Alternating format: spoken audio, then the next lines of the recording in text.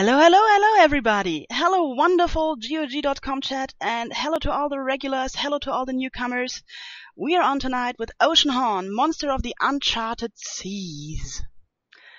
And for something special today, we also have some of the developers in chat with us now. They're coming in on Skype. I will need your feedback on the sound levels, of course, as always. So, please welcome. Guys, introduce yourselves, please. All right, hello, this is Heikki Repo, the designer of Oceanhorn. Okay, and joining Heikki here is Antti Viljamaa, lead programmer. Hello, everybody. Can you hear us? So how are the sound levels, chat? Can you hear the guys? They are joining us from San Francisco tonight. They cannot be here for the whole stream, so let's have a warm welcome for them because they're actually on holidays right now, and they came on tonight on Skype just to spend some time with us. Yeah, thank you. I say, Delvin says, hello devs. Ferg says, Finns. Yes, we've got some Finns here tonight. Yeah, So, we're from Finland. We spend our holidays in San Francisco. Yeah, but actually we're still here from the Game Developers Conference. We had a little holiday in Hawaii, actually, and now we're back in San Francisco and going back to Finland now. Okay, chat says that they can hear you, but that you're a little quiet. I will try to amp up the volume a bit in Skype. I hope we will not get too much other noise here. One moment. Right. Try to also speak a little louder then. Okay. So Skype volume is now up to the maximum. That's all I can do. All right, let's try that. I hope it's enough. I can up the noise and the volume in OBS a little bit more, but then we might have to see how it goes with the game volume. We'll jump right in the game, Oceanhorn. We'll watch the intro, everybody. So just sit back and enjoy. And here is Oceanhorn for you. I say, yeah. Oh, one moment. Here is Oceanhorn for you. Okay. I'll play the game with a game controller. It works really nice and smoothly. This is a game to just lie back and enjoy. We're going to start a new game. This is just my test file here. And here we go. Yeah, I say here we go, and then I tab out. Yeah. All right. You gonna start a new game? Yes. All right. We don't want to spoil it too much, so we're starting at the beginning.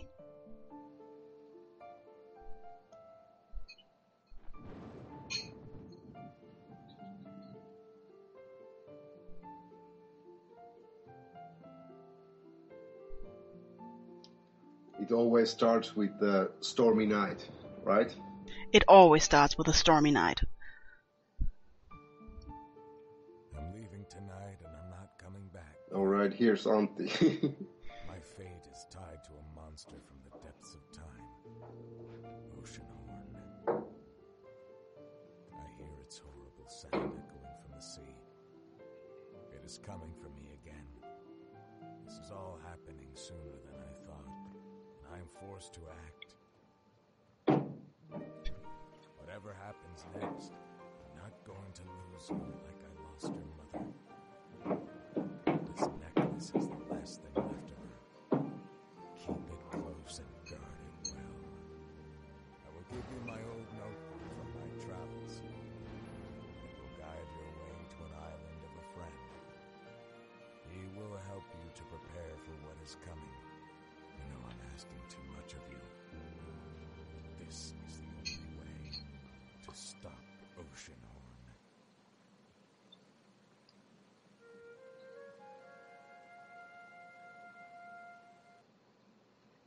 Wake up. The time has come.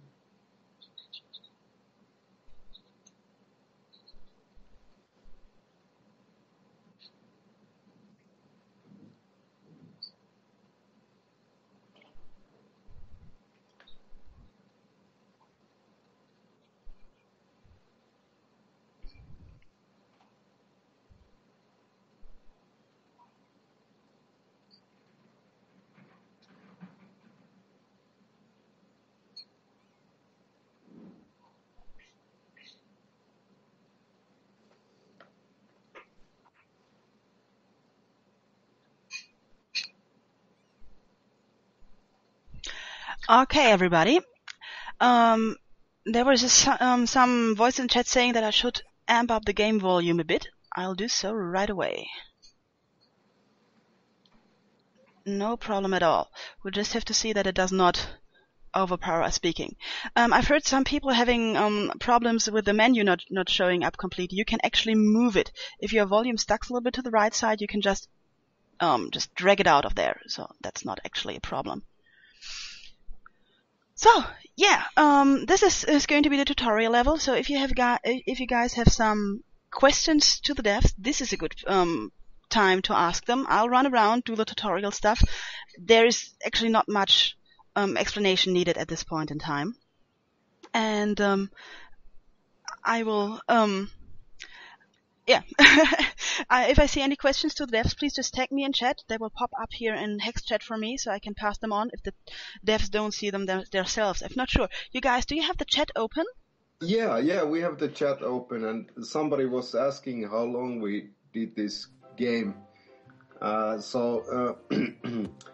The development story of Oceanhorn began in 2010 when we established our own company. We used to work at Universal, which was a game studio in Helsinki owned by THQ. So after we established our own company, we were thinking what kind of game we want to make, and we knew that we wanted to make a console-style JRPG game. And we were mobile developers, so we were kind of looking at what kind of game is missing from App Store. And that was obviously a adventure game like Zelda or Secret of Mana. So that's why we wanted to make Oceanhorn. And first game designs were written in 2010, but because of the financial realities, we had to pick up other projects, and we made Death Rally for iOS and PC before we could go full steam ahead with Oceanhorn. But Oceanhorn's development started in end of 2011, but we could get on working on it in August 2012. So like full time. Yeah, full time. Yeah. So before the release, it took 2 years to make the game, and now after the release in 2013, we have been updating and developing it further. And last summer, we started to make the Steam PC version of the game. So it has been 6 months remastering the game. Yeah. So, if you guys see any artifacts when I'm moving around, this is actually not in the game, this is just due to my shitty connection. Jody Jones asks, how many hours do I think that a playthrough takes? I have no clue. I'm nowhere near through with the game yet. If you know what you are doing, which Yeah, if you're speed running or burning through the game, it will take approximately 7 hours, 8 hours. But usual playthrough time for first timers is between 15 to 20 hours, I think. Yeah. My dad played the game 40 hours, but he's not a gamer. So yeah, but I think there's plenty to do, and if you want to find everything in the game, it will take 25 hours or something, probably. Yeah, we have been speedrunning this so many years now, so it's hard to say for the first time experience. But that's what we get from the. When you get the end screen of Oceanhorn, there's the playtime, so you can see them in Twitter and so on. So it's usually 15 to 20 hours that people spend on the game. Nice. Yeah. Jody Jones said again to tag us. I have to show you something that I opened Oceanhorn and had a look at the game, and I had a look at the menu, and then I saw this here on the left side. Fish log. And I was instantly happy. I was instantly happy because I like JRPGs. I haven't played too many of them, but I played Breath of Fire. Yeah. And yeah. in Breath of Fire you can fish, and I loved fishing in Breath of Fire. I mean, who doesn't? So yeah. Yeah, it's a mini game that really adds on to the immersion of the game. I love the fishing mini games in JRPGs as well, and that was one of the features that was also asked from us after the iOS release. So we added the fishing for the Game of the Year edition of the game in last summer when we released the expansion island and mini game to the game. Yeah, but it's really nice, and I personally love this kind of add-ons to the game. Sector 3600 asked about violence in the game, if you would recommend it for smaller children, for example. And there was a really long question from Stop Cage that you might have to read yourself. Okay, let's read that. I can answer about the violence. It's like a comic violence. There's no blood, and I think the violence is not the part where this game might not suit for the little ones. We've had some feedback that some of the cinematics are a little bit scary for little kids, but Antti can tell about his son. Yeah, my son is 4 years old, and he plays this like crazy, and I'm not sure how disturbed he now is, but he seems to be okay. I think the game is for everyone from like 4-year-old to a 90-year-old, in my opinion. Yeah, little kids love to break the jars and find treasures from the bushes. It's like they find their little game even on the first island. It's like they get their fix right there. Yeah, but of course, if you want to follow the story and understand everything about it, then you have to be a little older. Yeah, and who was the guy who asked the long question? His name is Stop Cage. There are so many questions coming in. You might have to read in chat for that for a moment. All right. Let's see. Oh, there's a question I can answer. There's Tuga asking about the controls. Are controls PC keyboard mouse friendly? Once you finish this, would you play it again? Okay, I cannot answer on that. I have played the game with there's a thing coming up with keyboard and mouse, and I've also tried out controller, and from my point of view, both works well. So.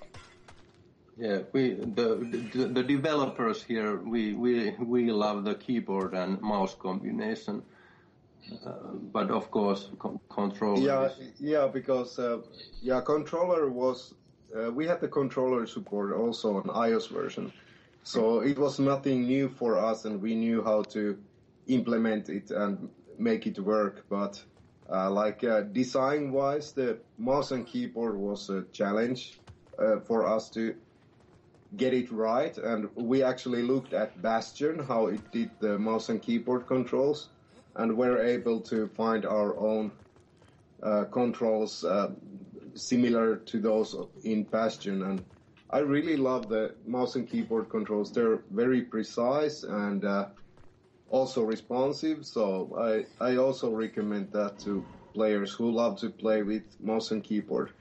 And as a secret functionality to the game, you can also play it only by keyboard. Then you use enter to slash with the sword and backspace to use the special item. That's like we haven't communicated it anyway with the game. That's if you're playing in the airplane, for example, it might be useful. Yeah, some laptops are poor in how they react if you're using the touchpad and keyboard at the same time. Yeah, so sometimes it doesn't work. Yeah. Stopgage had a question about the ideas for games. So I think that's something, if you have a lot of ideas for games, why not establish like a own team and try them out? Because that's the best part, like in the indie culture right now. There's great tools and great services that you can use to build your own games. So if you have a lot of ideas for the games, just go for it and try them out. Use your level up. Yeah. Okay. I use my level up. There. I'm a traveler now. I got my health refilled and I got 10 coins. Nice. Monies! 10 coins. Is there actually a name for the currency in game? No, it's just money and coins. How many people were on your team? Our core team is 3 people. So I'm the artist and game designer, and I wrote the story. And Antti and Jukka are programmers. They're brothers. They're very efficient working together. So our core team is 3 people. So everything you can see here is done by us. And everything you can hear is done by our friend, a composer called Kalle Ylitalo. This is his first game. And he did the majority of the iOS soundtrack. We had the Nobuo Uematsu did the main theme and plus a few other tracks like the sailing theme and Oceanhorn boss fight theme. And we also had Kenji Ito working on it. He did a couple of very emotional tracks to the game. And sound design is done by a Finnish company called Kaamos Sound, but it's really a single, very talented guy called Tapio Liukkonen. A long time ago. And he's like one of the few Foley artists in the world. Yeah, he makes Foley soundtracks for movies also. Yeah. He has some pretty funny YouTube videos where he's beating up cabbage and and strangling pineapples or whatever to make all these sounds. All these sounds. We're getting a little piece of story here. Should we say something about the story? What do you think, Heikki?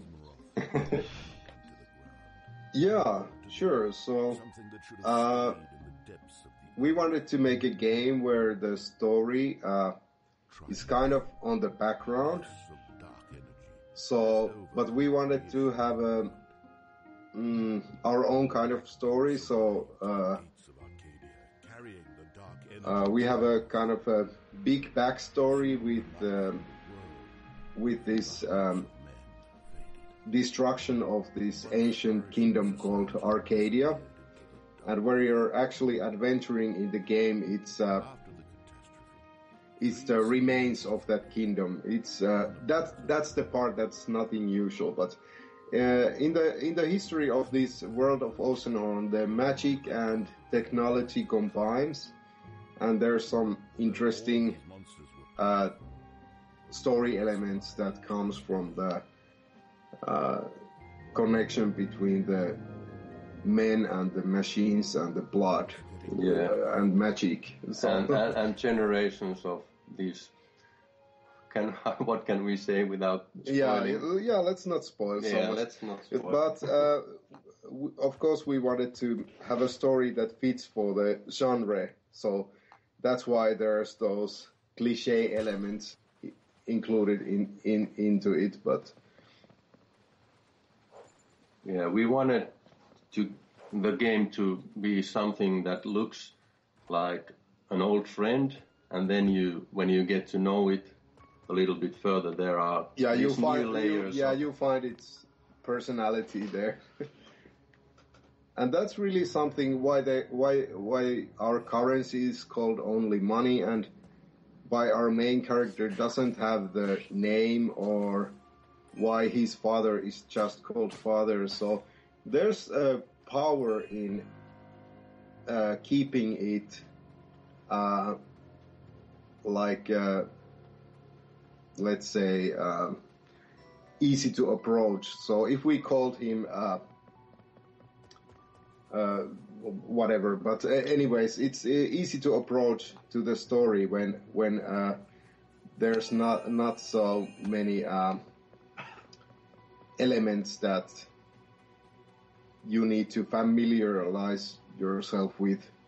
Do you mean that you can kind of leave something open and yes, people can imagine their own own stuff there a little bit?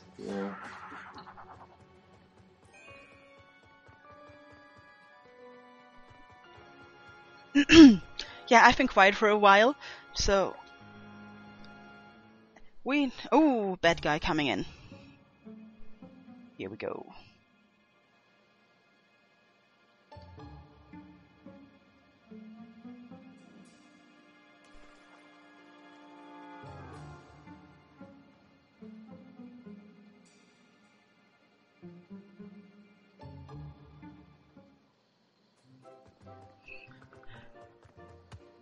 So, I also would like to point out, I found a YouTube video about you, Heikki, where you were talking about actually that, like streamlining your game to focus on the most important parts. Yeah. And all of that. It's about 13 minutes long, so if somebody wants to have a look at it or anything, it should still be out there. Yeah, so it was about making of Oceanhorn, so because we have such a small team, we really have to concentrate on what has the biggest impact on the game experience. So you can go check it out on YouTube. There's some I was asked to give some advice for other indie developers, so there's some tips for how you can probably be efficient with the development work. Why did you decide to release on iOS first? Yeah, so like I said, in the beginning we were mobile developers, and of course when we started to make Oceanhorn, we had done one iOS game before it, Death Rally, and it was a quite successful game, so we really wanted to continue from there. We had the connections to Apple, and we had the technology where to begin with iOS version. So that and also a marketplace was really tempting at that time before all the free to play came into the picture actually. So when we began the development of Oceanhorn, there was no such concept of free to play as we know it today. So that's how we began on iOS. But we knew from the beginning that at some point we're gonna do the PC or console port of the game. So we could take that into account when making design decisions. Endless Night informs us in chat that he had his shorts on backwards for an hour. I now do wonder what Endless Night did 1 hour ago. And I think it was there was a question from Aklo. What you would say is the best engine to start your first own game on? Yeah, it's really we were actually looking into the game engines this time while we were at the Game Developers Conference, and of course we know the Unity and we know the Unreal Engine and Game Maker, and I feel like the Unity is a good choice for indie developers with like a small to medium large game in mind.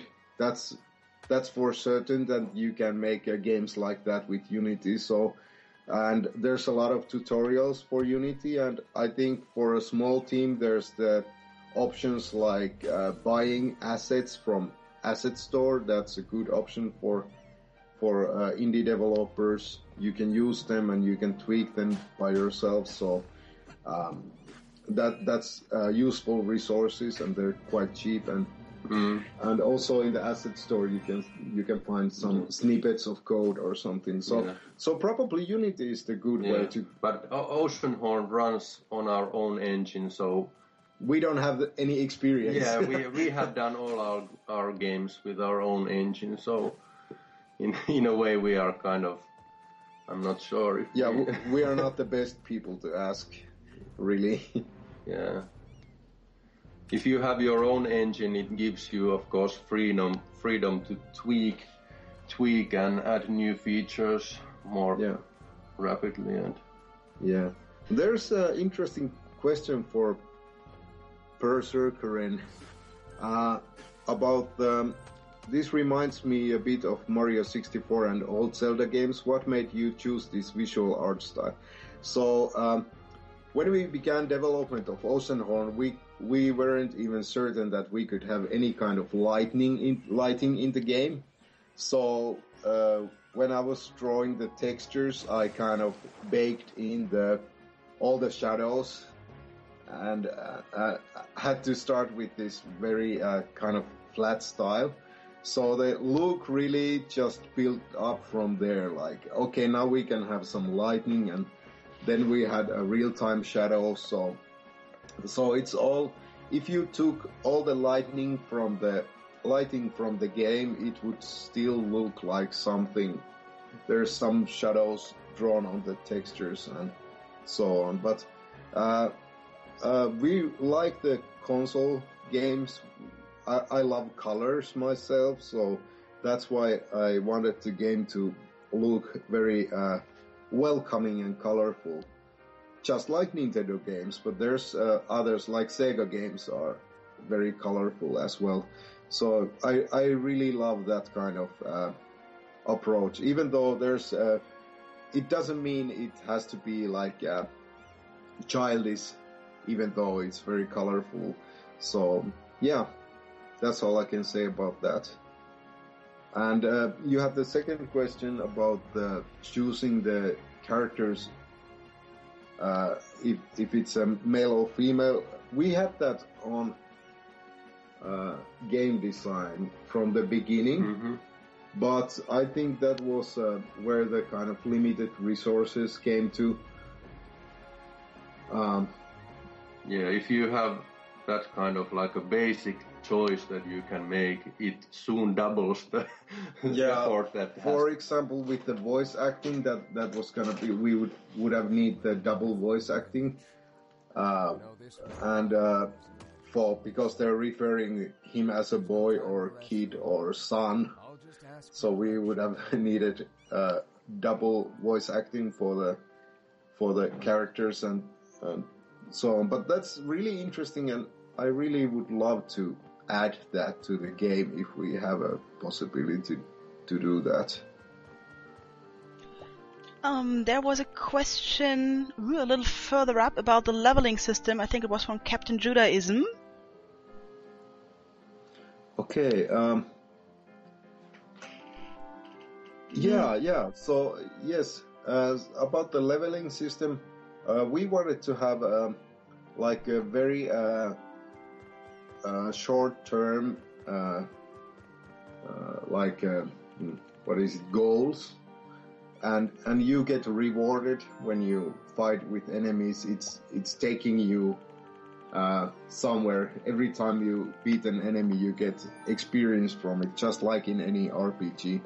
And we also tied the challenge system into the adventure level system. So if you beat the challenges, you get the experience, and it's kind of a system that drives you to play in those small moments, and drives you to get those achievements and challenges, and try out new things in the game. And actually, we use those challenges so that we have dedicated challenges for each island. You can fulfill them anywhere in the world, but that's where they're showing up them. So we could have something, a little goals there for people to try to achieve on this island. Like on Bomb Island, there's a challenge that says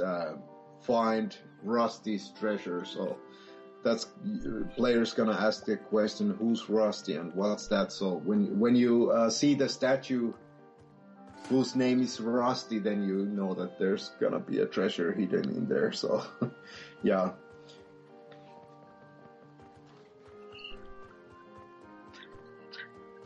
I've been sailing from the Hermit's Island now to Ticarel, I think.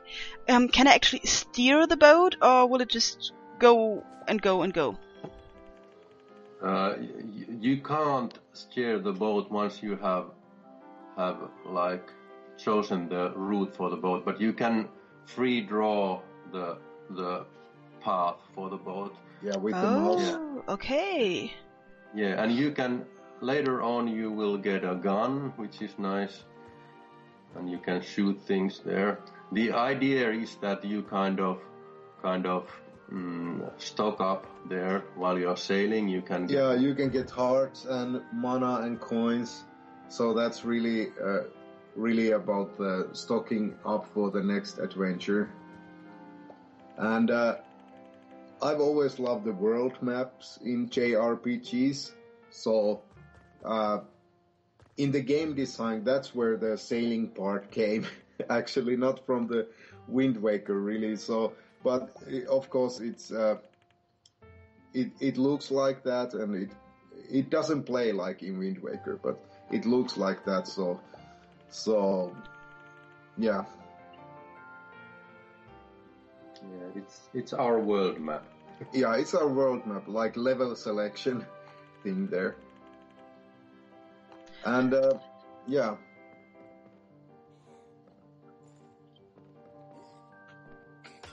I'm just trying out stuff here. If you're wondering why I'm doing this and throwing stuff around and everything, I'm just trying out things. That's how it plays. You have to try out things here. So we didn't want to make a game that has a compass that you can follow through the game, but it's really a game where you have to try out new things and try out other things, and sometimes the level just doesn't continue linearly, so you have to backtrack a little bit and try to find another way.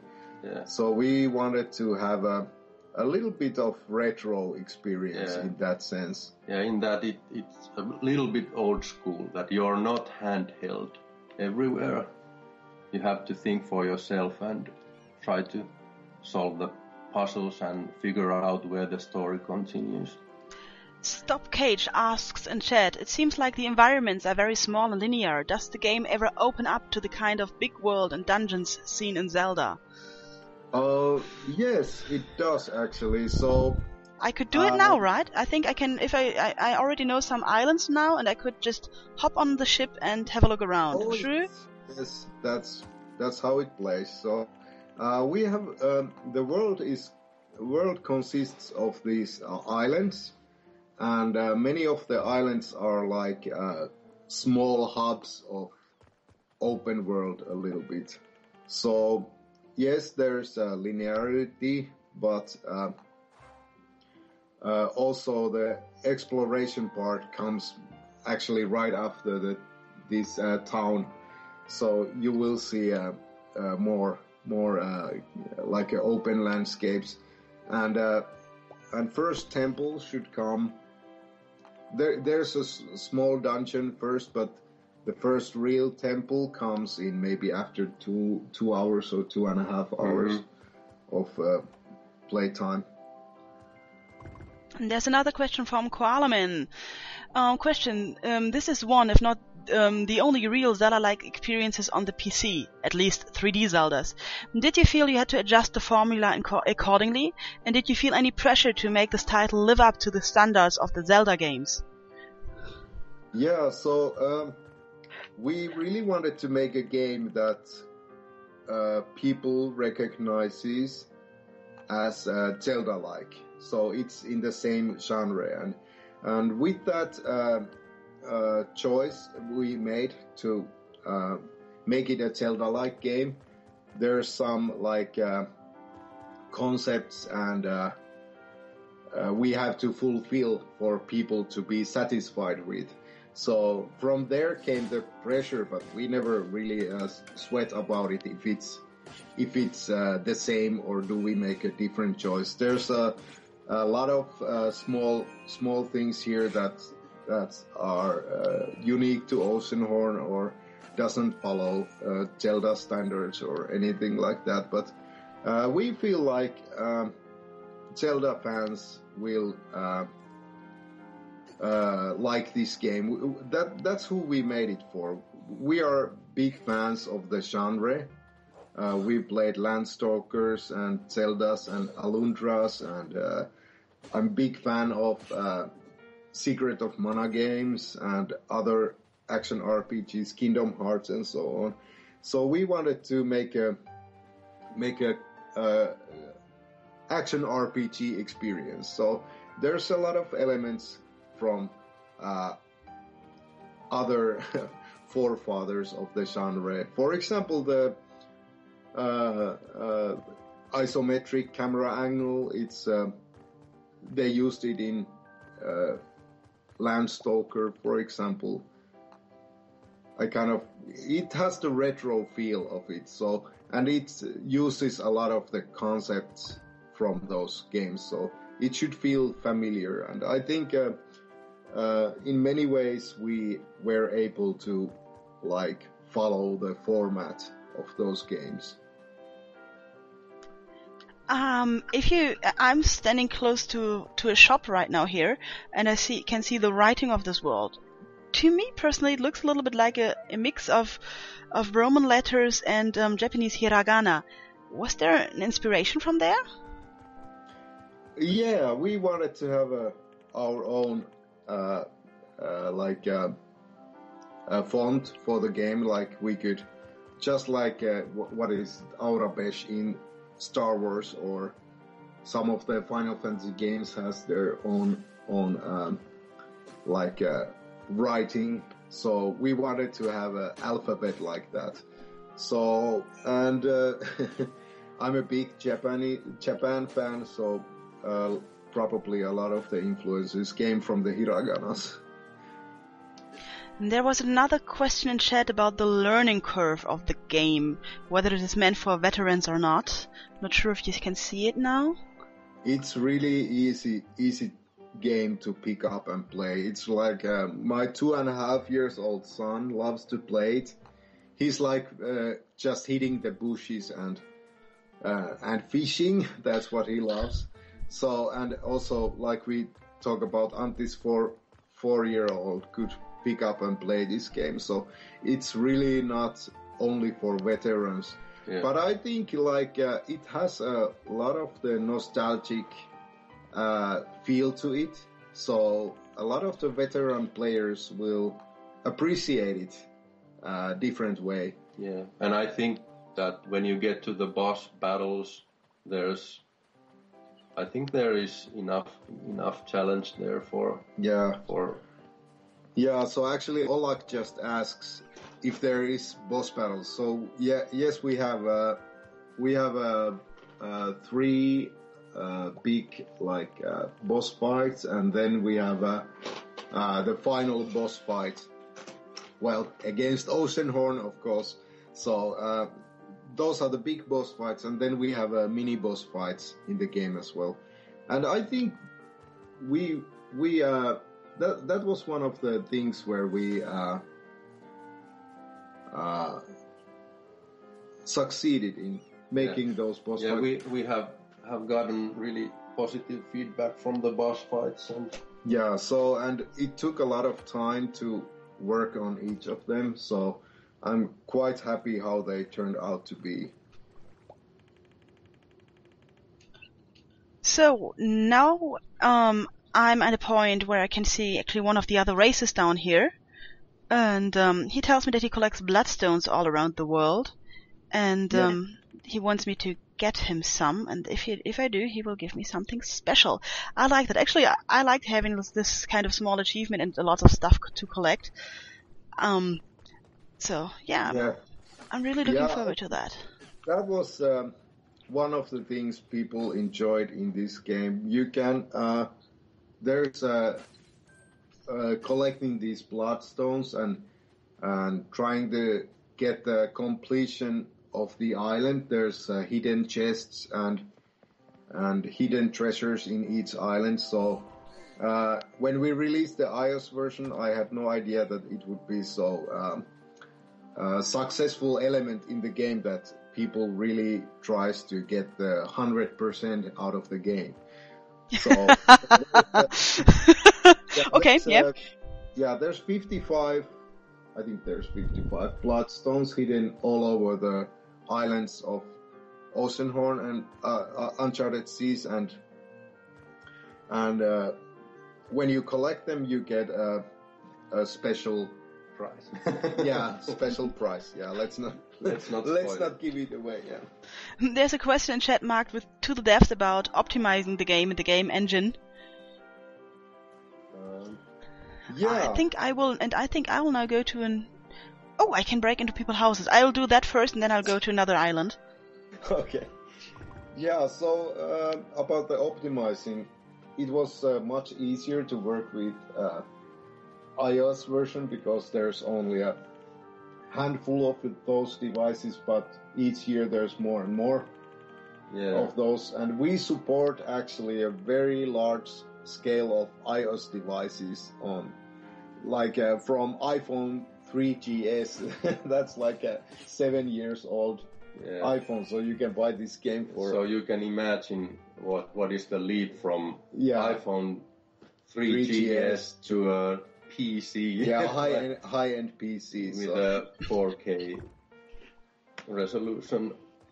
Yeah, display, so that's how we scale it. But I think from my designer's perspective, Antti and Jukka are very throughout programmers, so they're dealing with performance issues very efficiently. So, and this might be a good time to tell about some of the updates we're making for the Steam version. So we are looking at the performance. There's update coming related to that.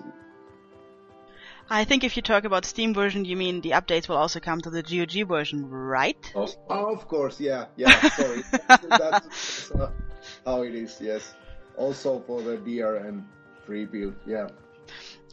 What made you decide to go DRM free? I mean, there are still people who don't want to do it for whatever reason. So why did you decide to do it? We really want to serve our fans and future fans. So people love DRM free builds. So why not to offer it to them? We have a kind of a retro style, nostalgic experience, and good old games is a perfect place for our game to be in, and we really wanted to give the whole package for people to enjoy. So we don't have anything against the DRM free build, so let's put it that way.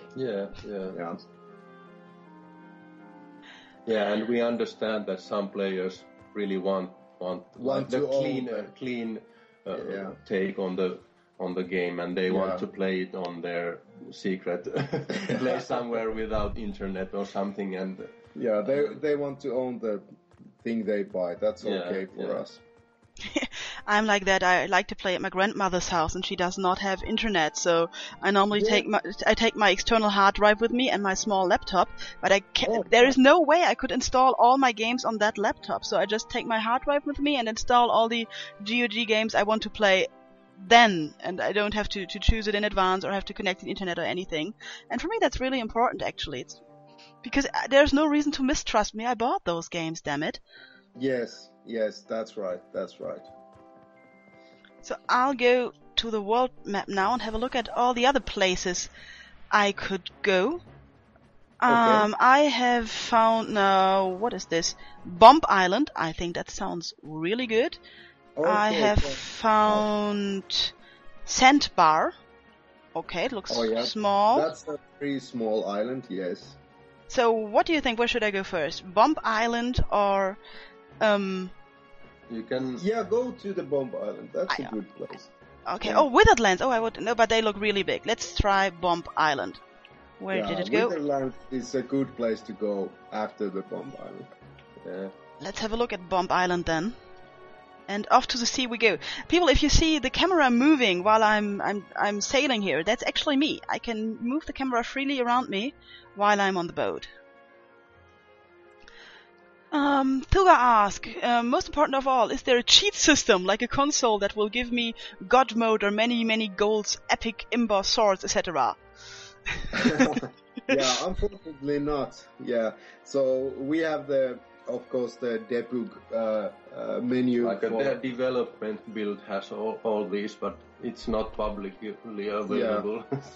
Yeah. So we have just some cheat codes for people who might get stuck or something, and if they contact us, we can give away the cheat code how to get out of the trouble. That's all there is for now. But if we think about these retro style experiences, so I really loved using those cheat codes in Doom, for example, when I was a kid. So just for fun, try the thing where you can walk through the walls or whatever. Yeah, that was so much fun. I think there's a level editor or something. Have I heard about that? Yes. So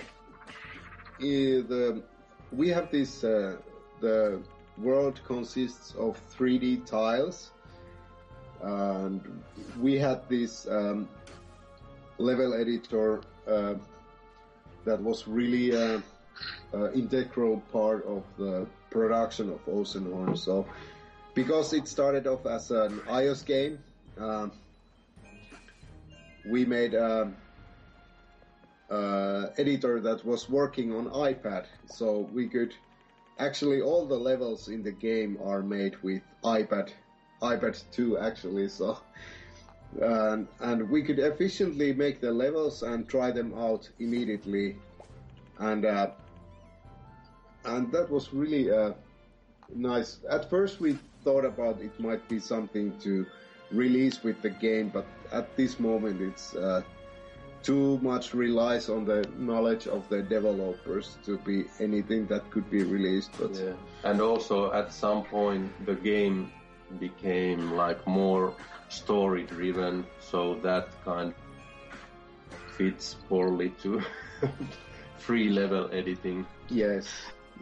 One thing that I found funny about the game is that the monsters ignore everybody but me, and everybody but me ignores the monsters. Is there an in-game explanation for that? Am I crazy and the monsters don't really exist, or is it that the world just hates me, or how is that? Oh well, you have the necklace of your mother with you. If you look at the in-game menu, so there are dark forces at move here. All the monsters are restless and evil is rising, so they're trying to take out the champion. Oleg says, don't hate, but I've never played a Zelda game. Oleg, the only Zelda game I've ever played was on the first Game Boy. We're not talking about Game Boy Color or anything like here, but on the first Game Boy.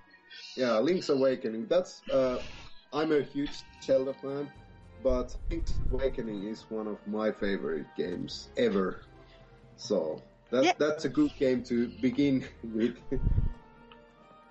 So, and that's also when I think that when people are talking about Zelda Lite or just a little iOS game, I remember playing on the C64, I remember playing on Game Boy, and I enjoyed those games, and so far I see no reason to not enjoy the, in quotes, smaller indie games nowadays. So I don't really get the hate sometimes people have for that. But that might just be me. I don't need photorealistic graphics all the time and everything. So I'm just happy playing. I'm not sure. How's that? I mean, we have a lot of nostalgics there in chat. how do you feel about that? How do you feel about the small indie games? I always want to ask this question when I'm actually in chat and not playing, but they come to my mind when I'm playing. So yeah, there you go. Yeah, for us, it's like it's all about the game experience, really. And one thing I don't like about modern games is that they are very linear, very controlled experiences.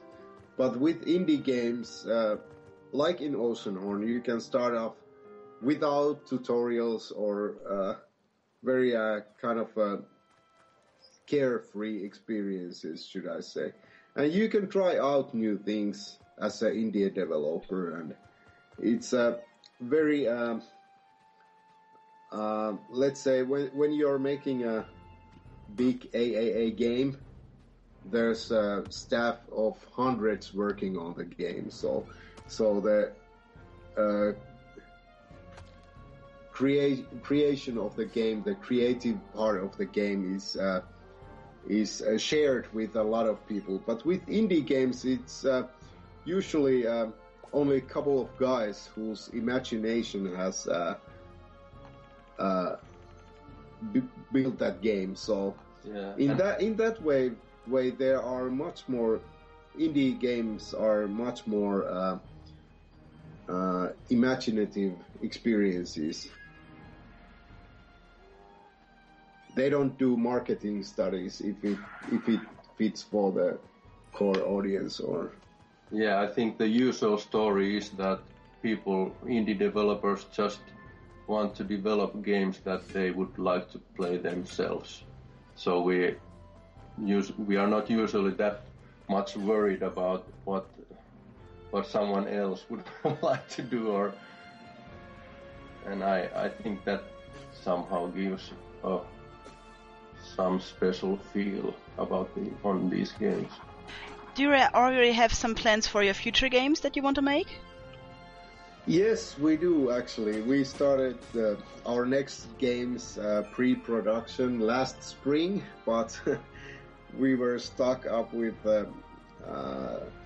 Oceanhorn's updates. We love to make them, of course, and this PC version of Oceanhorn, we wanted to do these before going on with the next game. So we have plans ready, and there's a game we start the development this spring, basically. So there's a new game coming. Oleg asked if there are other weapons in this game, for example, bow and arrow. Yes, there is. And you can actually get one of them from this island. Guess which? Oh, okay. I can lift this thing. But what can I do with it? Can you see the switch? Have you pulled the switch? No, not yet. I'll do it now. I was throwing stuff around for a moment. There was a bridge. It said it's not safe, but of course I want to go on it. So yeah. I think I'll do that in a moment anyway. Because it's like, it says it's not safe. Oh well, let's have a look anyway. It cannot be that bad. So let's have a look. That's actually one of the things. That's a good example of one thing we added to the game. I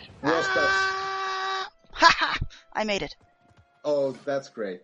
That breach was one of the parts where people actually quit playing. What? Because they couldn't make it across the bridge. They thought you cannot continue in the game, even though there's the open gate now where you can go if you. So there's always a way to continue in the game. There's just alternative routes. Yeah, I think that some people are. Well, they're not familiar with this kind of experiences. Yeah, so people like expect to be somehow more handheld sometimes, so they are afraid. Yeah, so they were afraid that now that the bridge is. No. How do I get up here again? Let's have a look. Can I maybe destroy this thing? Huh. What have I done? let's see. Maybe you have some use for that code. Where are you stuck? You'll see it. This is something that you have to see. They see what I'm playing as you do. So 30 seconds after they actually hear me. Okay. Yeah, so you can try to lift up that log. Oh, I could. Oh, look at this. Whoa. I didn't even see that. I will put it in here. But I got out there anyway, so no problem. I'm a hero, I can do it.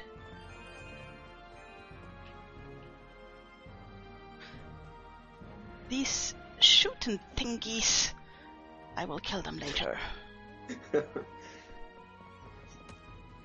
Okay, Yeah. I'm over here now. Oh god. Oh god, what? Yeah, the log is floating in the air, so we're It's like, what is going on? Okay. It's a good floaty log, that's fine. Yes. Ah! Yeah, so this is one of the I'm levels being shot at.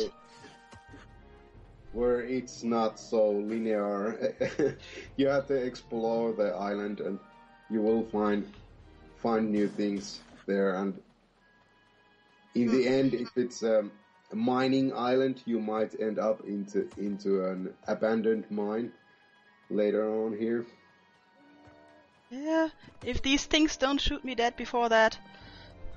You can try to use your shield Oh, how do I use my shield? with the right trigger. Oh, nice. Thank you.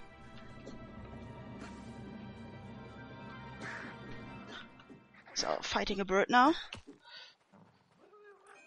And fighting a blue guy. There. Okay. Oh my goodness. There's a big guy with a hammer. I think I might run away. Yeah, you can come back later. There's one of those bloodstones. How do I take it? I've got it, but there. Ha! I threw. Ooh, he killed me. I threw a stone at his head, but he killed me anyway.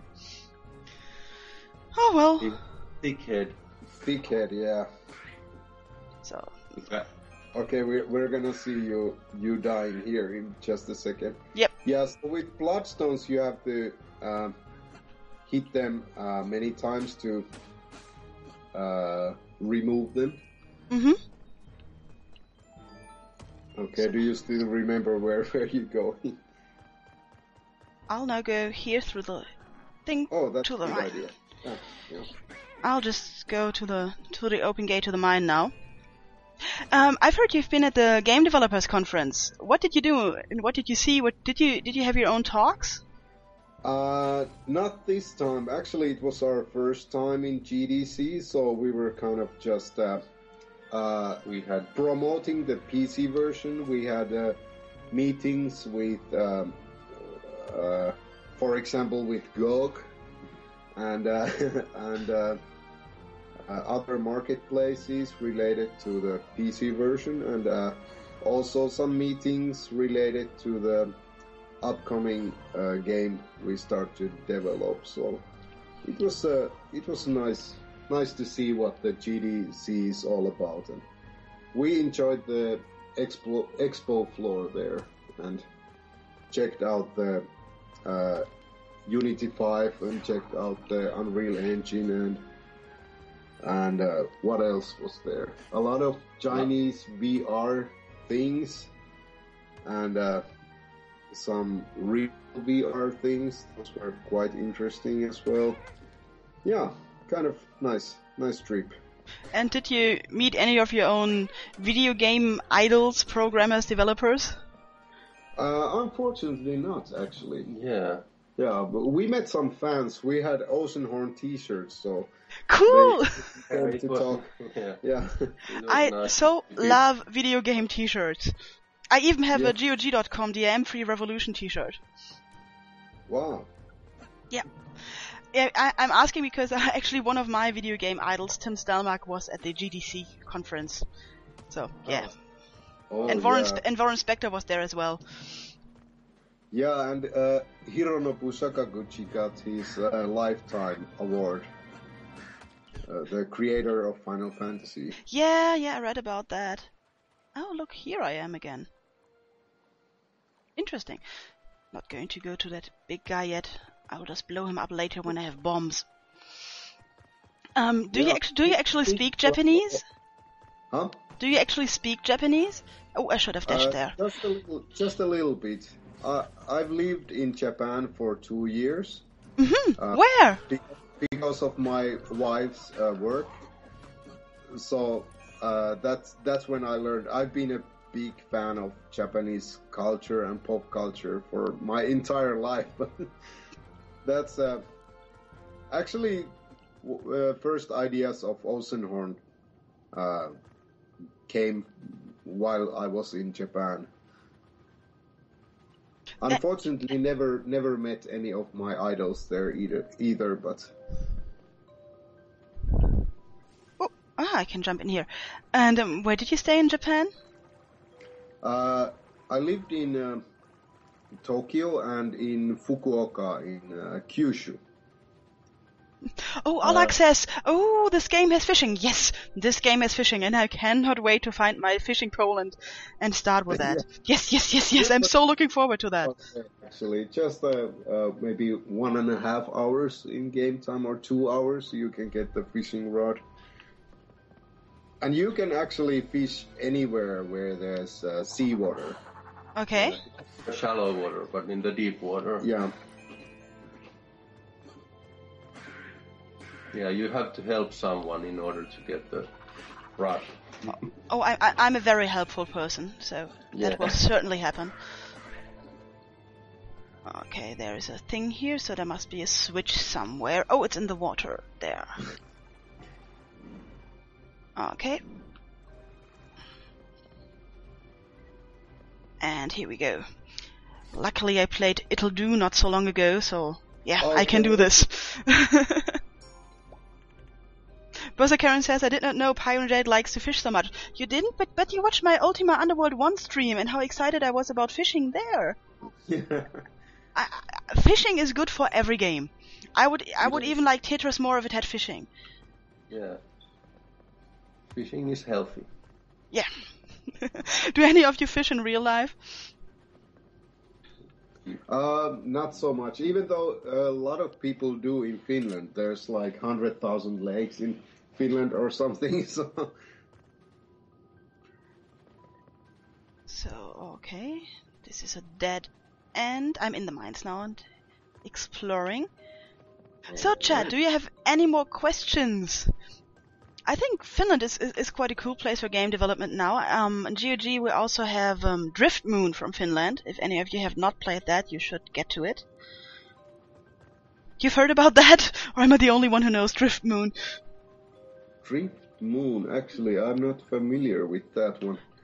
There's a really tight game development community in Finland. Like... a lot of developers know each other, and for example, we are sharing the office with Mountain Sheep, and they've made some iOS classics, and now they're making a game called Heartland for PC. For PC, yeah.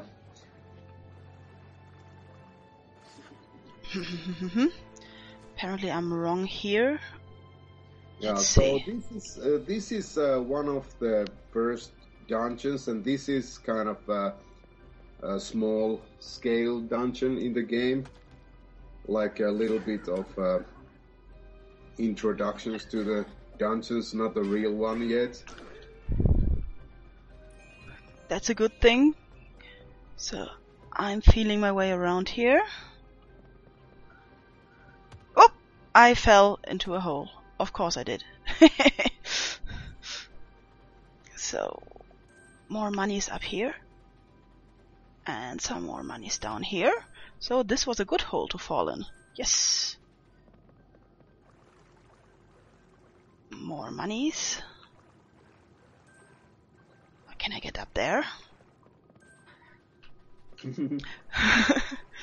So yeah, I see no more questions tagged in chat actually. Have we satisfied your curiosity there? Oh, there Oleg, but he did not tag me.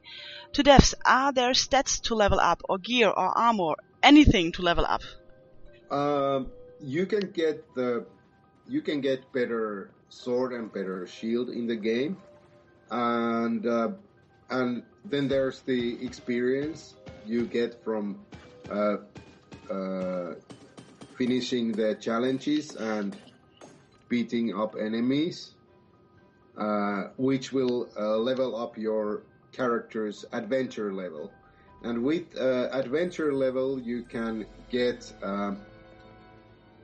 sort of like a perks, like you can carry more arrows, or you can carry more bombs, or for example, using the shield uses less stamina, and that sort of things, and they get better until for the end final levels. There's 16 levels. 16 levels. Yeah, we have 16 levels in the game for the character, so there are gonna be some nice upgrades. Cool. So, oh, look at the Bloodstone called Outstar. Outstar is another streamer on here, and she loves loot.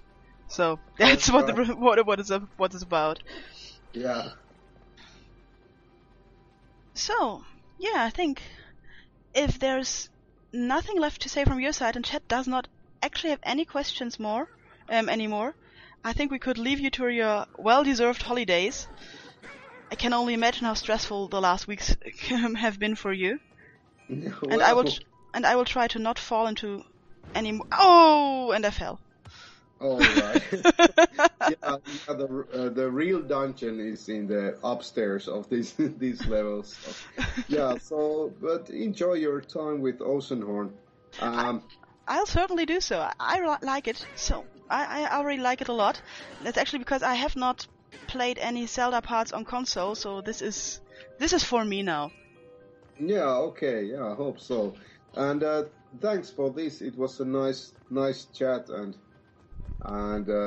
it was nice to tell a little bit about the making of the game and some of the motivations behind the game. So, and all the GOG players out there, the game is still on discount for 5 days more or something like that. Yeah, so it's a 20% discount, so go and pick it up if you like what you see. I thank you again for being here, and I hope you have a wonderful time, and I hope we hear from you soon with your next project. Can you give us any hints on it? Well, let's say it's going to be an adventure. Yeah, yes. Like a point and click adventure?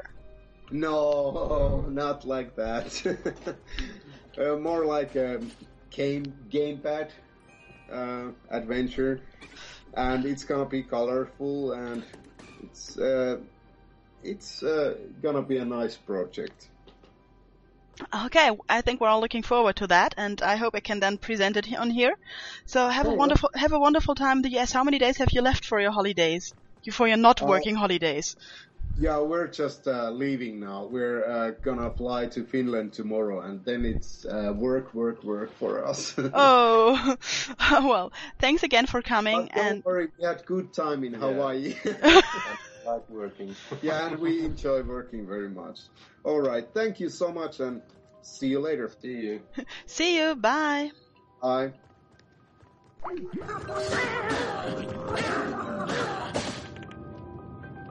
Okay, everybody, as you can hear, the game got louder right away, because I was overriding it with Skype at that moment.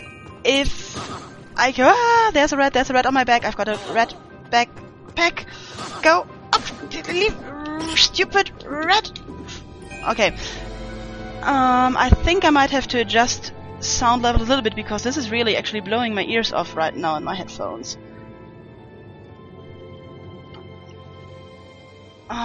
Okay.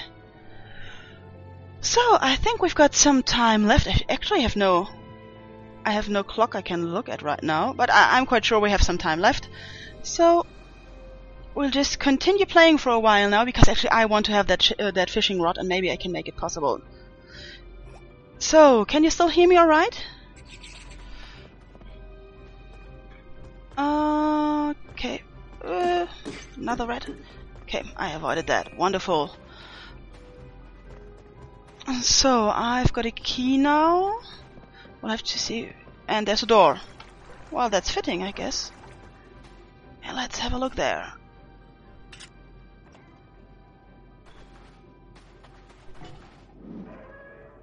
Oh, nice.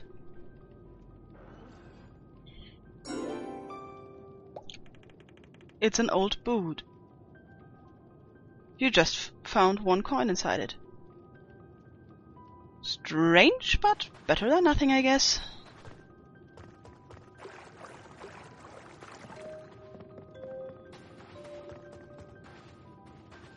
There's a rat following me. What is this? I think some of the enemies respawn. I didn't want to ask too much about gameplay, so it does not look like I'm looking for spoilers all the time. There seems to be some kind of puzzle here.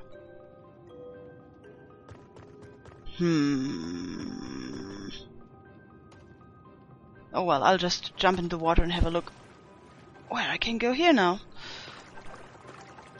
Koala Man says he can hear me in his nightmares. Well, thank you, Koala Man. Yeah, I cannot open that yet. I could destroy some stuff in here, but that's it. Okay. If I remember correctly, I can get out here somewhere. I think that bat there just laughed at me. Thank you, little bat. I try to not fall into any more holes here if possible. I shouldn't have chatted so much. There's this one-eyed cyclo bat again. Die, little bat. Oh well. Where did I want to go? Here. So, let's see. Can this actually be solved from this side? The reset button is on this side, so I guess it should be resolved from here. Let's see. Okay.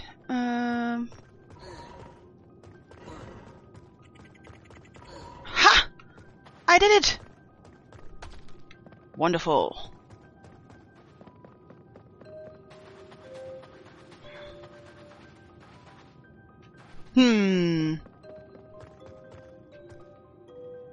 This looks like something could happen here. What?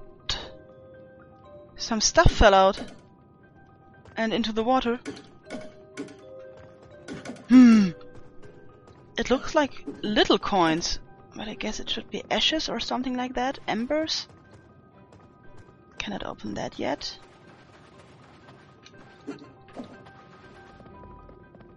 Okay.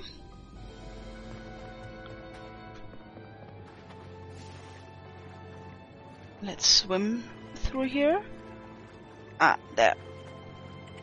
There's another puzzle thing. And it could lead me to that bloodstone if I was smart enough to puzzle through there.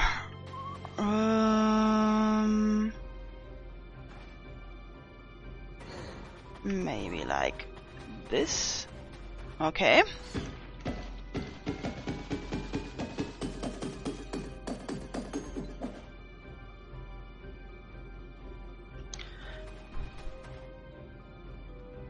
And now I could build a bridge to that chest. I think I should reset it before doing that. Magic! I need something to throw at that flying thing. So let's see. Push this there.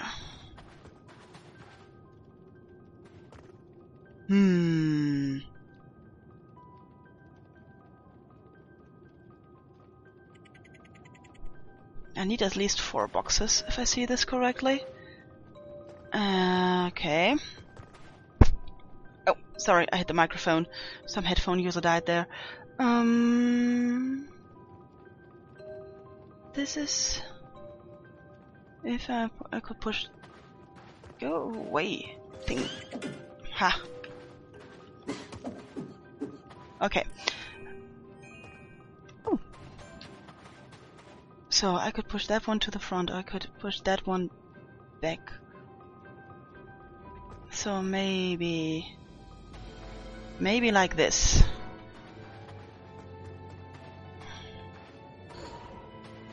No, maybe not. Oh, I just... No! Okay. Let's see if I've done it.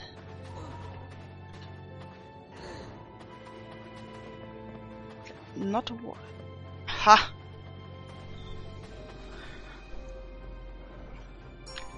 You should be so thankful that I played a little bit of It'll Do, because if not you could have waited for I don't know how many minutes more for me to solve that puzzle. I'm not really good at this logic puzzle thing.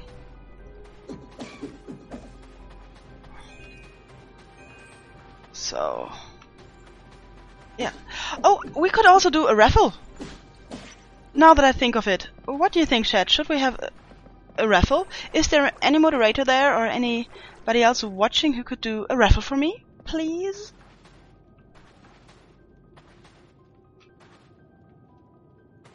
I would like that. We could raffle a $5.99 GOG.com code. Primitin, Paranjade, you have to play those Zelda games. I think you can get Oracle of Season Ages and Minish Cap is on the 3DS eShop. Okay. I actually have a 3DS here right now. A friend lent me hers. So, yeah, I could actually do that maybe. Centeria is there. Yes. Thank you, Centeria. Centeria, would you be so nice and arrange a raffle for me and then also send me a message with the winner's name so I don't forget? So, Chad, we're gonna raffle out a $5.99 code to use on GOG.com. You can use it for any game that has a base price. This is a non-discounted base price of $5.99 or less. If you win it, it will end up in your other folder here on Twitch. So, Centeria, please open the raffle. Everybody write !! raffle in chat to participate. Thank you very much. I don't know if you can hear it, but I'm really relaxed and happy tonight. I'm not quite sure why actually, because this is actually a game I don't know, but it's just so nice to play. And I'm just sitting here with my controller and playing this game and having fun. I'm just so happy and relaxed about it. When I played the Startopia stream, I was a bit stressed out and everything. But this now, although I don't know the game, is really, really nice. I want to stream all those colorful, nice games. Oh, did I actually move this? Apparently I already did. So let's go back to where there was another closed door. Wherever that was. Thank you very much, Centeria. Let's keep the raffle open for a little longer, I'd say. I mean, Hexchat says we have 109 viewers on here, so maybe some more people would like to participate.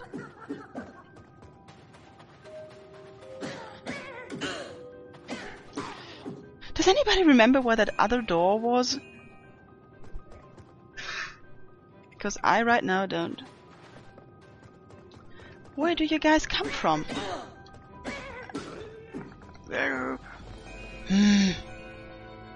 Where was that other door?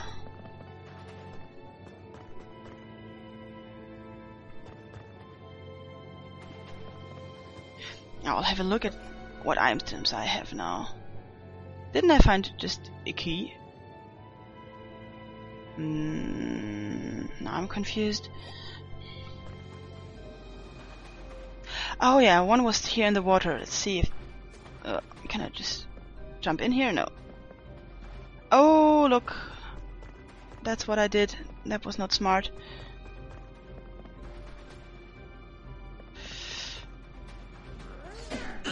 Ah.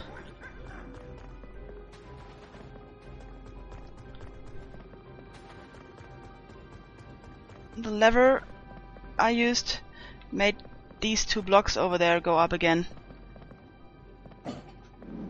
Yeah. So now I have it. Someone make a pastel vampire game who can have Outstar Walker and Piran fight over who streams it. Oh, for vampire games, I think I would always leave it for Vlad, Dracula, or Outstar. I know my place.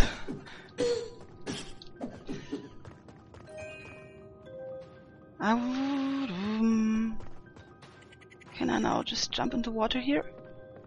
Didn't I just jump in here earlier? Yes. So let's see if I can open the door now. No. You need a master key.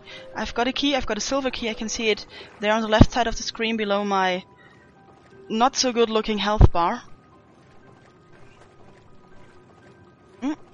There's... Can I not get up here? No, apparently not. So I'll just swim here.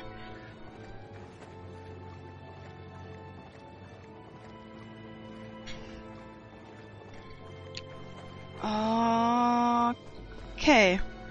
I'll...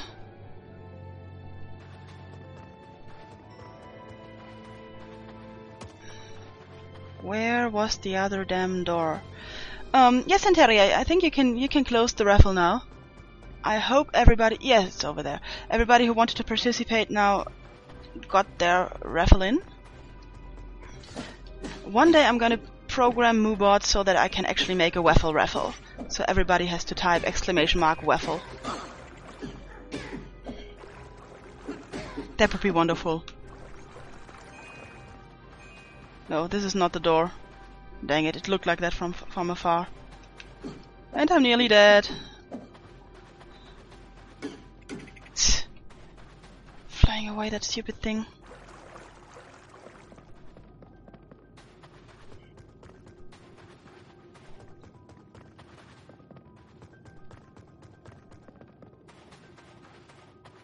Okay, I've got a silver key, so there must be another door. Does anybody remember where that other door was? I mean, there's a minimap. Maybe I should... Okay, there's the thing that oh, the minimap. Thank you, minimap. There's the thing that requires the master key. Okay. So let's see what the minimap can reveal there. So I think it might have been a level down. So... Avalis has won. Congratulations, Avalis. I will send you the key as soon as I'm done with streaming here. So that might take a little longer. But then when I'm done, I'm going to send it to you. No worries there. It will end up in your other folder here on Twitch. So, not in your inbox. That's... Okay, I fell down a different hole. And there are no doors down here, says the minimap. Okay. So let's go up again.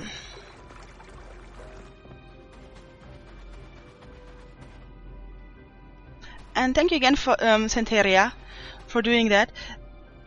Guys, we should have some kind of Centeria Appreciation Day because he does so much here on the chat, and it's so wonderful to have around.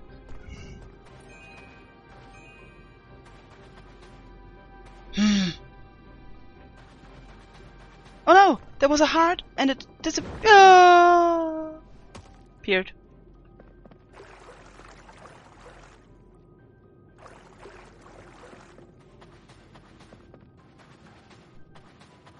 Okay, so there's that thing.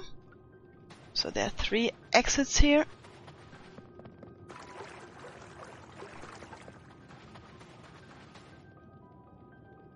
So...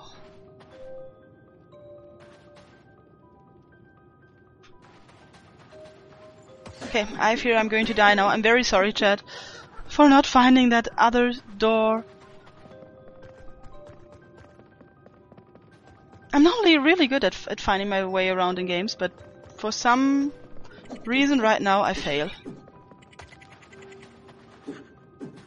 Maybe I cannot get... There. There should be a door. There! There! Is this door... Ha! We found it, chat! I mean, we're nearly dead, but... Oh... But we're through. Here's a note. We managed to destroy the wall with sounds coming from behind it. All of a sudden the ground crumbled under a man's feet and they fell down to the giant centipede's lair. I was lucky to get out, but I was one of the few. I locked the door. Yeah. The fire puzzle is enough to keep the key safe. That might be. If you live in a fantasy world and you have a wall and you have sounds coming from behind the wall, and especially if they're scary sounds, you should reconsider whether you really want to find out what's wrong. So here's a reset button. What does it reset? It resets that fire. Okay. So this is the fire puzzle. Secret sword attack. Oh, look there.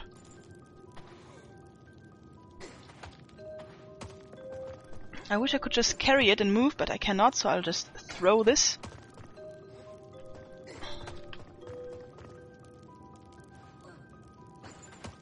And hope that it lands where I want it to land. No!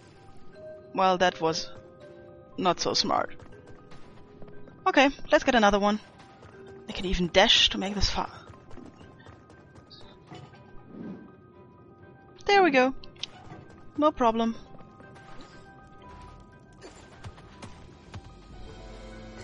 Okay. Destroy pots for hearts, Piran Jade. Were there hearts in the pots? I don't think so. But I like destroying stuff, so no problem. Nope.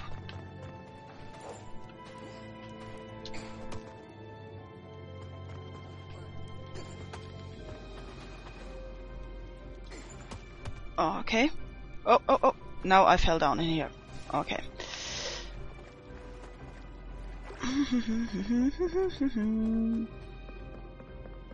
Let's dash a bit.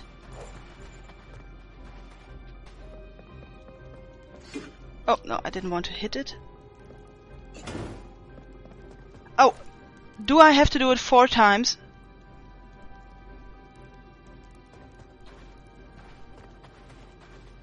Looks like it.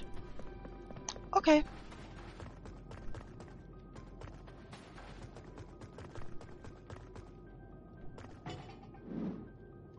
So, let's get another one. Oh. And another one.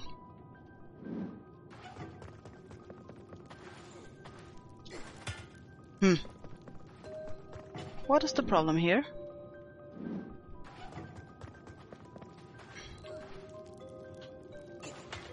Whoa! I didn't even know I could throw that far.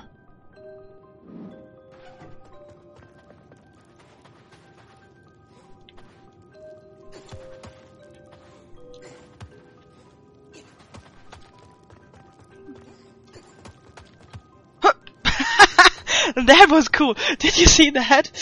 It actually jumped down the stairs again, so there must be some kind of... Looky there, it's hopping! So there must be some kind of physics or stuff in here. Okay, let's hit the bridge. Ah! Whoa! Cool. Okay, 2 out of 4. Guys, I'm going to get up for a moment and just get some kind of watch or anything, because I really don't know the time. One moment. Let's see if my microphone cable is long enough. Ah, yes! Okay. Because after this is Jolly Jones with Loom. And I've heard about Loom, but I have not played it yet. I'm really, really looking forward to Jolly's stream. I'm really excited about it. Loom was one of the games that I wished would come on to be on GOG one day, and now it is. And yeah, so I don't want to finish my stream late because I'm really looking forward to that Loom stream. Although I fear it might cause me... What is wrong now? It might cause me buy that game. But hey, some games you just have to have. Yeah, you can type in next stream to see if I'm right. But I think next stream should be Jolly Jones playing Loom. I've got a friend, she also likes to play computer games. And she's told me so much about Loom and how it changed her perspective of how puzzles, how gaming could work. And so yeah. Can we now? Okay. I think this is a problem of me not understanding how throwing works in this game. And the reason for that might be that I normally don't play with a controller.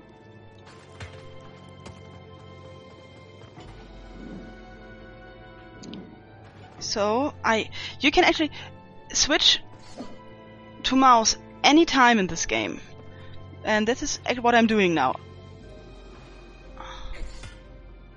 Hard worker, move crates and other objects 100 times. Yeah, thank you, I did that.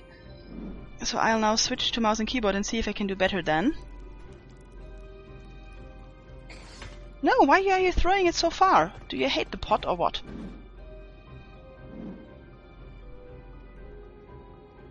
Execun asks, well, is Piran Jade the current player? Yes, this is me. And Oleg asks, what's my first language? My first language is German. I live in Germany. But I speak a little bit of English and some Spanish and some Japanese. But I don't think I would feel comfortable to stream in any language apart from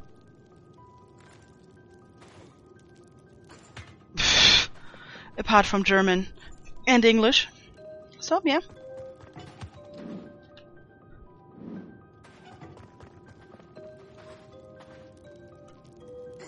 This is what chat, do you see anything I'm doing differently than I did before?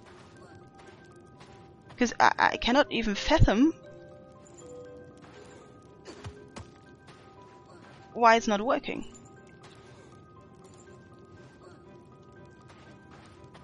Look at that! Look at that! I am so stupid, chat. This was all my fault. This was all my fault. Dang it, chat. Oh my god, look at this. You will not tell anybody, chat, right? This, oh my goodness. Oh my god. Look at this.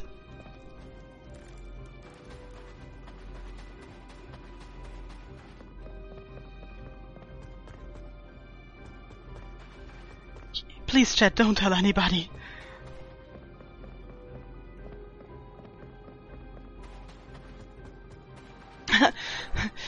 Aklo asks, Piran Jade, can you please say Schattenjäger? I think you want me to say Schattenjäger, although that's not what you typed. G-Pudding, you were so right. Yeah, G-Pudding, I should have listened to you. I'm sorry.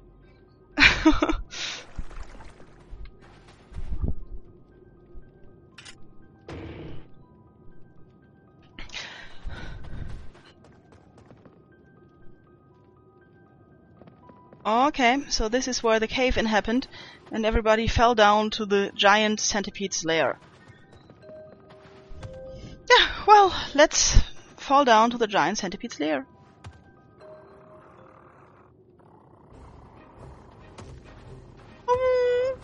Look at that! It has to... Oh, I should just go away, I guess. Can I hit it? Yes, I can. Yeah, true centipede style. I have to kill all of it.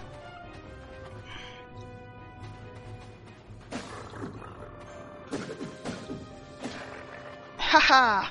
It gets stuck behind its dead segment for a moment, so I can use that to help me. But it gets faster the smaller it gets. Oh, there's a heart, there's a heart, there's a heart.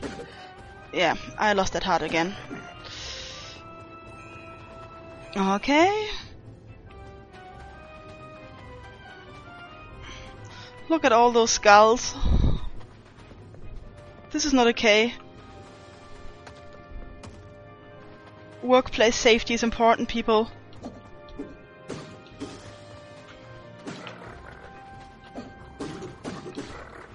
Okay. Okay. Ah, dang it!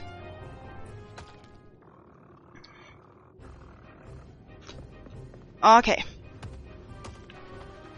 Now there's only one.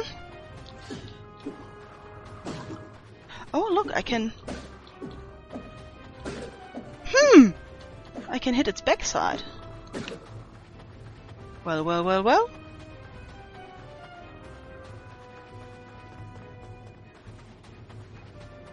Ah!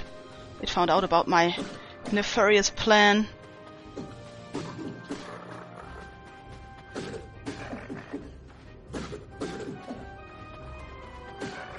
Haha!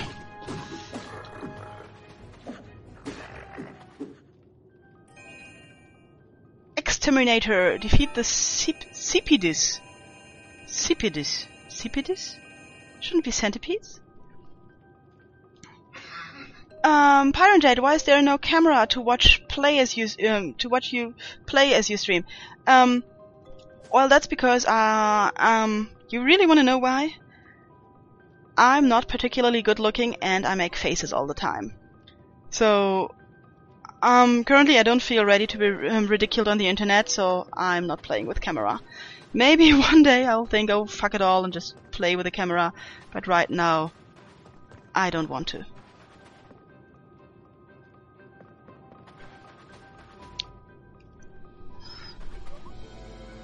So, let's see. There's a box here. Well, let's push the box and get up here.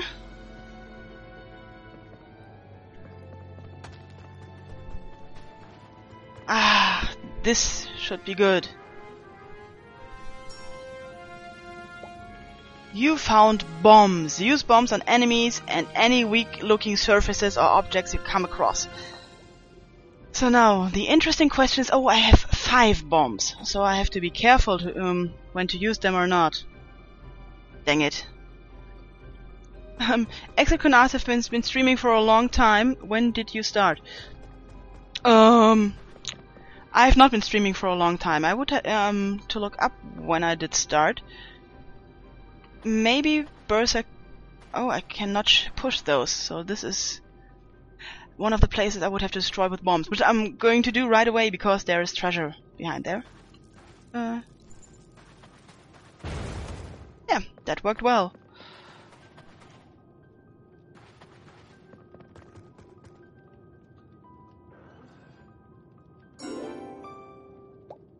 Nice, you found a rare seashell.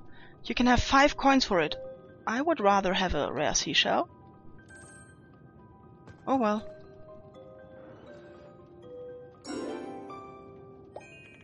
You found a rough explorer crystal. It gives you 25 XP. So, now I'm a level 3 wayfarer. Nice.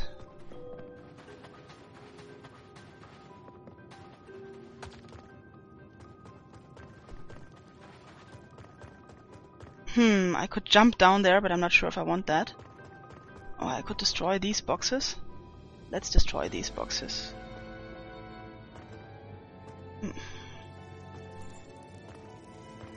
I don't want to... Oh! Well... No! No, I wasted a bomb. I'm sure I'm going to suffer for that. Okay, there's a ladder down here. I'll have a look at the other way out of the centipedes. I thought it should be centipedes. I will keep on calling them centipedes. Out of the centipedes lair. I've been there. Bertha Karen really knows when I started streaming. Thank you, Bertha Karen. I actually came to streaming more or less by accident. I'm a big fan of a really, really old PC game called Ultima Underworld, which you can also buy on GOG.com. And the makers of that game, the creators of that game, were having a Kickstarter to make a spiritual successor. And I got so damn excited about that I wanted to do something. I wanted to promote it. I wanted to see that project succeed. And I was a chat moderator for the GOG.com Twitch channel before that. And so I directly jumped up and said, please let me stream that. Please, there's this Kickstarter. I really, really want it. And it's so cool and everything and stuff. And yeah, and they let me do it. And I enjoyed myself a lot because I like sharing the games I love with people. And so I had my first Twitch stream then, and already with developers in chat. There was still Tim Stelmach there. I mentioned him before. I'm such a fangirl, I know. And it was great. And since then I try to stream when I find a little time for it, which is not often, because I've got a family and everything. But yeah, I like it. I'm happy with it, and as long as people don't complain too much about me, I think I'll continue doing it for some time. And so far, I haven't streamed much. I've streamed Ultima Underworld, I streamed Startopia, I streamed The Last Tinker, Turian 2000, Populous the Beginning. I think that was it more or less. So, and in case you're interested what Kickstarter I'm talking about, it's called Underworld Ascendant. They already said they're going for a DRM-free release, because they're cool like that. They still accept pledges and new backers via PayPal on their own page. Sorry, I cannot stop plugging that. It just shows how much old games can influence you. Oh look, there's another thing. The Direful keep me imprisoned on withered lands. Yeah, I already have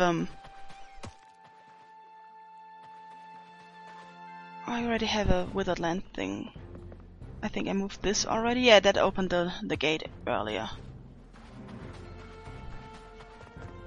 So yeah, I found some bombs in the mines. Some more XP. Oh, and a heart.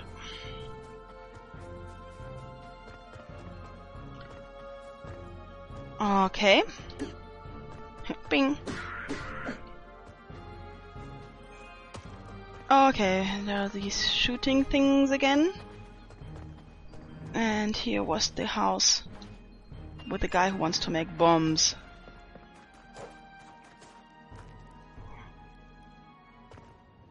Delvin asked if you can post a link to Underworld Ascendant. Yeah, you can.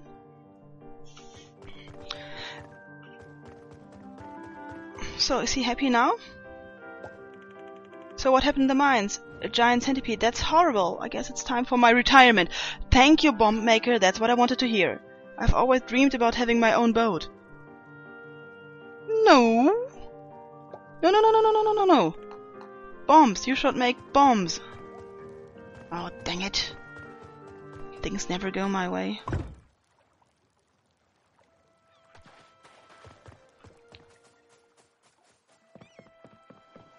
Do you sell bombs, guy down here?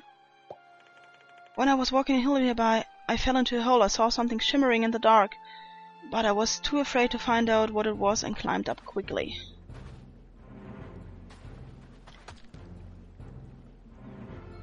Okay. There's another blood crystal thing there. And another evil bird who wants to swoop down on me. Ha!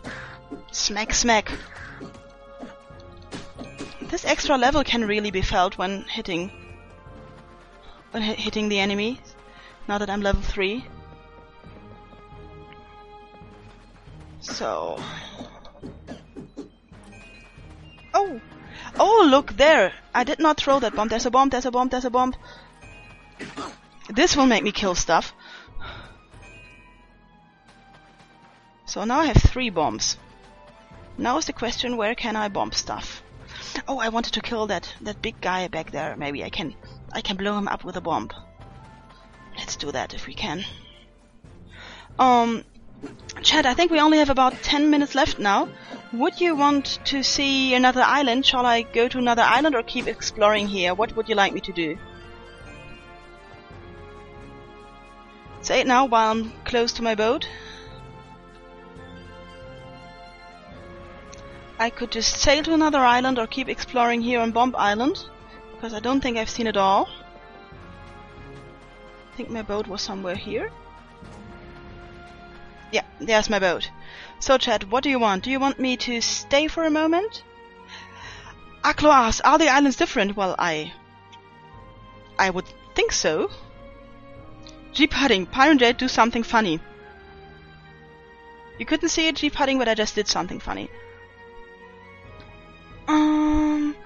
So we have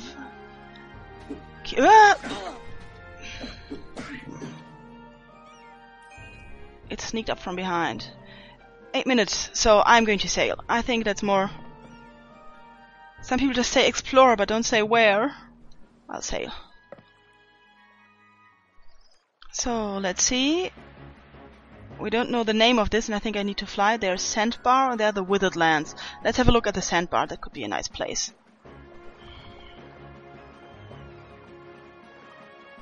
Oh! Look! I can now shoot stuff with my ship. I'm not sure what I would shoot, but if I see it, I will shoot it. Look, there's stuff floating there. There! Oh, look! Somebody's shooting at me! Ha!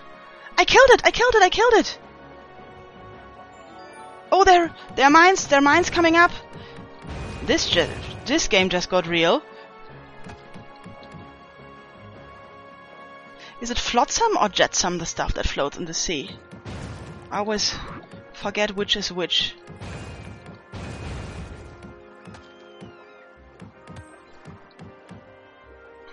This is nice. I will check later if it's easier with mouse, but it's completely doable.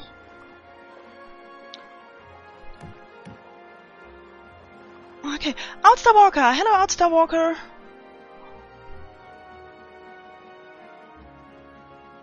Okay. Hello, Sandbar! Oh, level up. You are a pilgrim. You got your items refilled and a 100 coin bonus from the Adventurer Guild. Well, thank you, Adventurer Guild. Well, that's nice.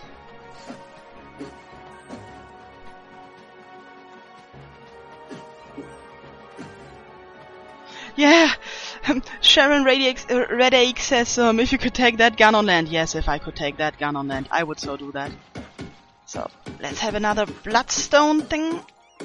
Heck away.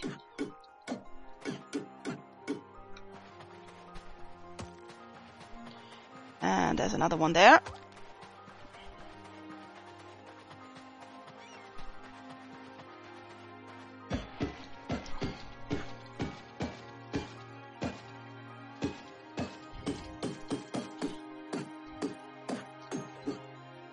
Okay.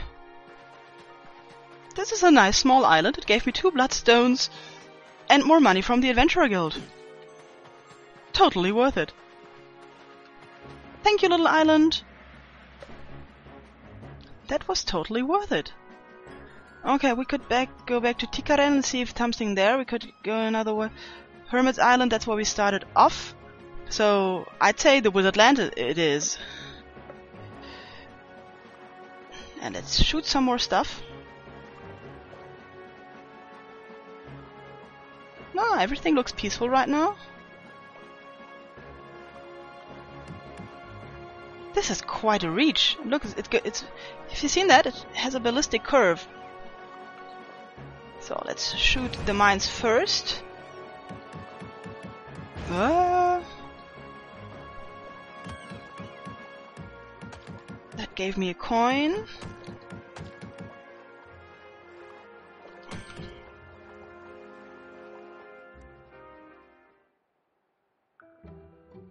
Withered Lands, Pirta Desert. Bounce an enemy 10 times with your shield. All this wasteland used to be a forest. Forests lived here. They are all gone.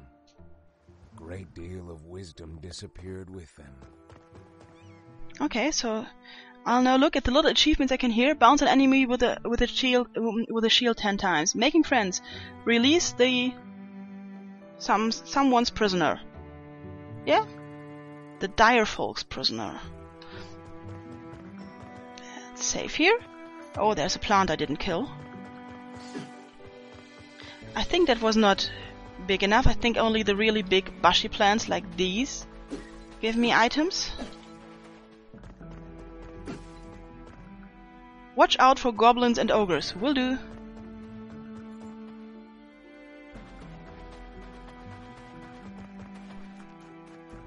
So yeah, if you're still on the edge whether to buy this game or not, I think, especially with the release discount, this is really, really worth it. So, yeah. I think this is a nice game. I can imagine playing through this. I'm also, I've gotten quite far along in the last Tinker already. Although I went back to all the previous levels to get all the floating brushes that I missed while I played on stream. So let's see where we can go here.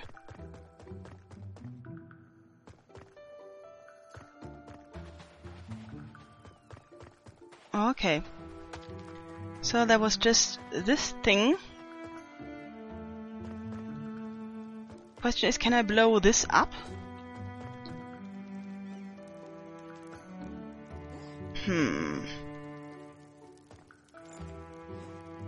Maybe I can burn something? I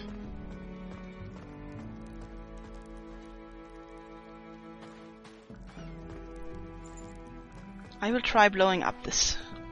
Maybe it works. Yes, it does.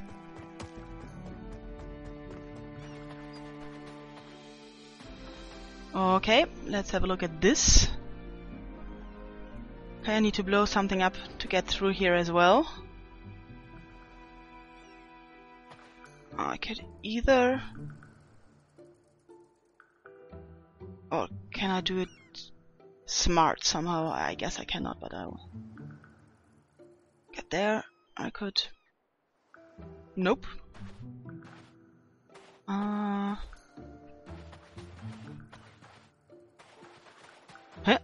Since when can I not push these? They are made for pushing. What is this? Oh. Somehow I think I will regret that.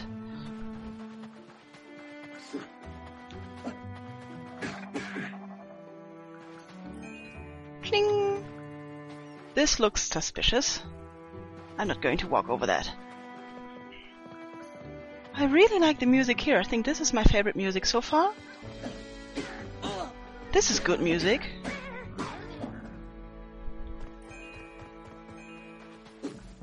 Piran Jade, listen. Piran Jade, do you enjoy the game? Seems exactly like something for you. Yes, Alstarwalker, it is. I'm enjoying my match very much. Azia Braxias, Piran Jade, Ultima Underworld, does it hold up? Oh, and then it goes on. I have not played Ultima Underworld 2 very much. I think I've played about 15 minutes maybe of it. So I cannot really say much about that game. And I think we're at the end of the stream now. So I thank you all very much for coming. It was a pleasure as always, and I hope to see you again soon.